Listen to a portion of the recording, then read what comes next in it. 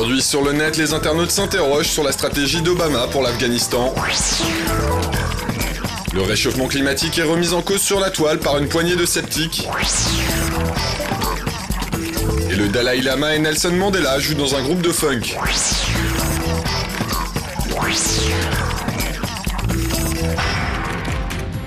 Barack Obama a annoncé mardi qu'il était bien décidé à finir le travail en Afghanistan. Selon la presse américaine, cette décision pourrait se traduire par l'envoi de 25 000 à 35 000 troupes supplémentaires dans le pays.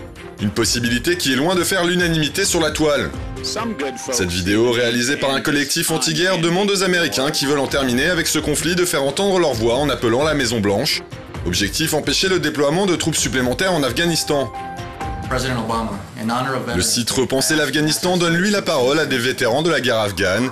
Vétérans qui expliquent ici qu'envoyer des troupes supplémentaires serait selon eux une erreur qui mettrait en péril la vie de nombreux soldats.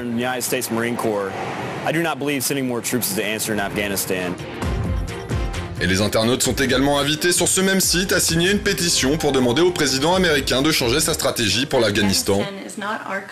De son côté, cette vidéoblogueuse explique qu'il faut écouter la population afghane. Elle affirme ainsi que les Afghans ne veulent pas de troupes supplémentaires mais plutôt une aide internationale plus importante pour permettre de reconstruire le pays. Ils veulent de l'aide internationale pour aider à la formation professionnelle et construire des écoles et des hôpitaux.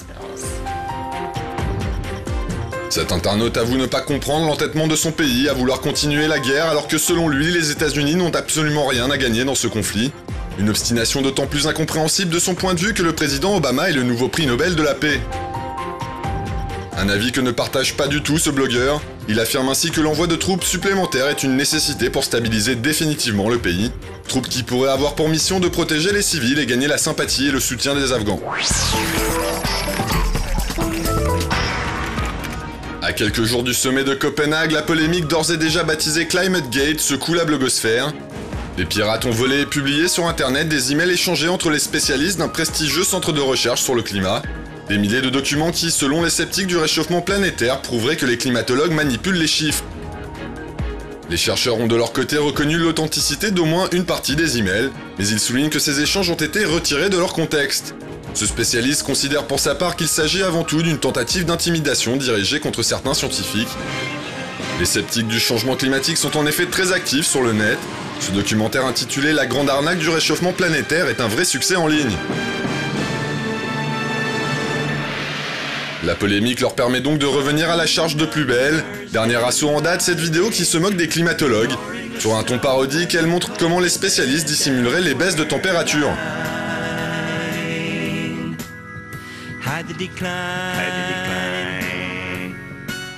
Mais pour la majorité des internautes, il ne fait aucun doute que la planète est en danger et qu'il faut agir au plus vite.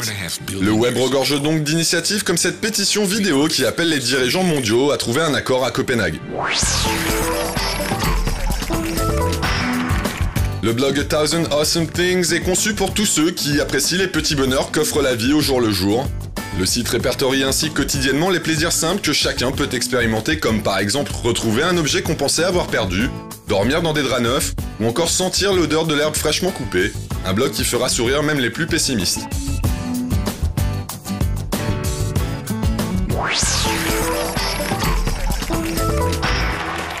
Nouvelle polémique en ligne suite à la main controversée de Thierry Henry lors du match France-Irlande qualificatif pour la Coupe du Monde.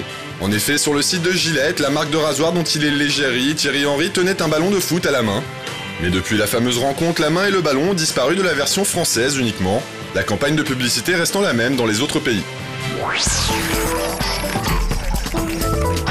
Un groupe de funk composé de Mère Teresa, de Nelson Mandela et du Dalai Lama, voici l'idée loufoque qu'ont eu les créateurs de cette vidéo qui circule actuellement sur la toile. Il s'agit en réalité d'une vidéo créée à l'occasion de la prochaine visite du Dalai Lama en Australie le 1er décembre prochain. Une méthode originale pour faire la publicité de cet événement.